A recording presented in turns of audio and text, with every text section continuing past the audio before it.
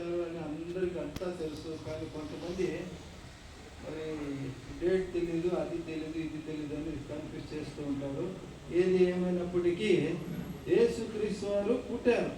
అవునా కాదా? పుట్టారు. ఆయన ఎప్పుడు పుట్టారు, ఎక్కడ పుట్టారు మనకి అవసరం కాదు. కానీ ఆయన పుట్టారు, రక్షకుడుగా పుట్టారు, లోక రక్షకుడుగా పుట్టారు. లోకానికే రక్షణ భాగ్యాన్ని ఇచ్చారు అయ్యా. దేవుని స్తోత్రం. ఒక మాట చెప్పి నేను ముగిస్తానండి.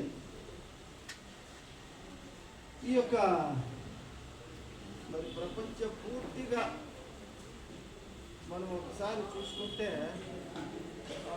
పెద్ద పెద్ద మహానీయులు, మహాత్మా గాంధీ గారు, అలాగే నేషనల్ లీడర్, ఇంటర్నేషనల్ లీడర్ నాయకులు అందరూ కూడా ఆ దేశంలో పుట్టారు, ఈ తారీఖున పుట్టారు, అప్పుడు పుట్టారు, ఇప్పుడు పుట్టారని వారు పుట్టి చనిపోయిన తర్వాత లిఖిత రాయబడింది. కానీ యేసు ప్రభువులో ఒక విశేషమైన మాట ఏమంటే, ఆయన పుట్టక ముందే ఆయన గురించి రాశారు. హల్లెలూయా. అందరూ పుట్టి చనిపోయిన తర్వాత వాళ్ళ చరిత్రలు రాస్తే, యేసుక్రీస్తు వారు పుట్టక మునిపే ఆయన గురించి చరిత్ర రాశారు. మనకు బైబిల్లో ఎన్నో వాక్యాలు మనకు ముందుగానే రాయబడింది. ఆయన రాక మునిపే ఆయన గురించి, ఆయన జన్మము గురించి మరి ఒక మాట మనం యెషయా గ్రంథంలో 9వ అధ్యాయం 6వ వచనం 7వ వచనం చదివితే నేను ఈ మాట చెప్పి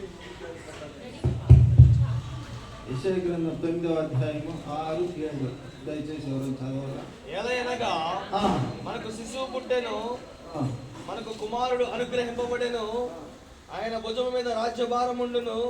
ఆశ్చర్యకరుడు, ఆలోచనకర్త, బలవంతుడైన దేవుడు, నిత్యుడకు తండ్రి, సమాధానకర్తకు అధిపతి అని అతనికి పేరు పెట్టబడెను.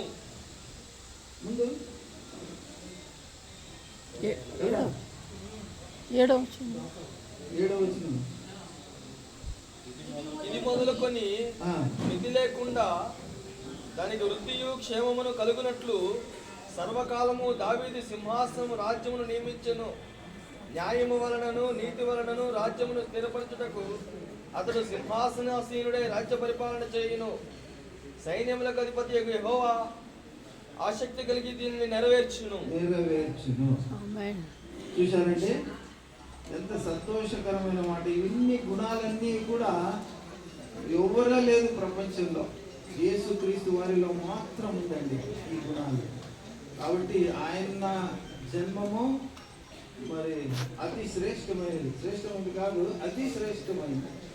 దాన్ని మనం ఎంతో సంతోషంగా, సంబరముగా దాన్ని జరుపుకుంటున్నాం. ఈ యొక్క మంచి తరుణాన్ని ప్రభు మనకి ఇచ్చాడు. కాబట్టి దేవుని స్తోత్రము. యేసుక్రీస్తు వారి జన్మము ప్రపంచానికి మనం చాటి చెప్పాలండి. అది మనము దేవుడు మనకి ఇచ్చినటువంటి వరము, బహుమానం. దేవుడు ఈ లోకంలో ఎంతో ప్రేమించి యేసుక్రీస్తు వారికి మనకు బహుమానంగా ఇచ్చారు. ఆ యొక్క విషయాన్ని మనం ప్రపంచానికి తెలియపరచాలి. మనం అందరం కూడా సువార్త సేవ చేయాలండి. సువార్త సేవ చేయకున్నట్ట ఇంట్లోనే ఉండి, ఇంట్లోనే కూర్చుండి, ఇంటిలోనే వాక్యాలు చెప్తున్నాం, వాక్యాలు వింటున్నాం, అన్నీ చేస్తున్నాం, సువార్త సేవ చేయట్లేదు. కాబట్టి నా యొక్క మనవి, మనం అందరం కూడా సువార్త సేవ చేస్తేనే నిజమైన దేవుని బిడ్డలం మనం. కాబట్టి యేసుక్రీస్తు వారి యొక్క జన్మదినము అది ముందుగానే రాయబడింది. ఆయన మన లోకానికి ఏం చేయబోతున్నాడు, ఏం చేస్తున్నాడు, మనం ఏం పొందుకుంటున్నాం అని రాయబడిన రీతిగా మనం అందరం కూడా రక్షణ పొందుకున్న వారమే. మనం ఒక్కటే పరలోకానికి పోయేది కాదు, కానీ మరి ఇతరులు నశించిపోయే వారిని కూడా మనం దేవుని వైపు త్రిప్పి యేసుక్రీస్తు వారి గురించి మాట్లాడి చెప్పి ఆ యొక్క సువార్త చాటించి ప్రకటించి మనం యేసుక్రీస్తు వారిని ఘనపరచాలి, ఆయన్ని మహిమపరచాలి. దేవుడు ఇచ్చిన చిన్న సమయమును బట్టి వందనాలు, స్తోత్రాలు. అవకాశం ఇచ్చిన వారికి వందనాలు చెల్లిస్తున్నాను. యేసుక్రీస్తు వారి జన్మము ముందుగానే తెలియపరిచింది, చరిత్ర జరిగిన విషయం. దేవుని స్తోత్రము కలుగును గాక. ఆమేన్. దేవునికి స్తోత్రం. హల్లెలూయా, హల్లెలూయా. మరి అద్భుత రీతిగా మరి ఆయన జన్మదినాన్ని